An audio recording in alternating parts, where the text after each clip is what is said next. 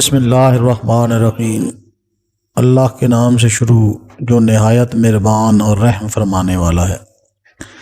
रसूल अकरम सल्लल्लाहु अलैहि वसल्लम ने फरमाया, मैं प्याज नहीं खाता उन फरिश्तों के सबब जो मेरे पास आते हैं, क्योंकि प्याज से उनको बू आती है।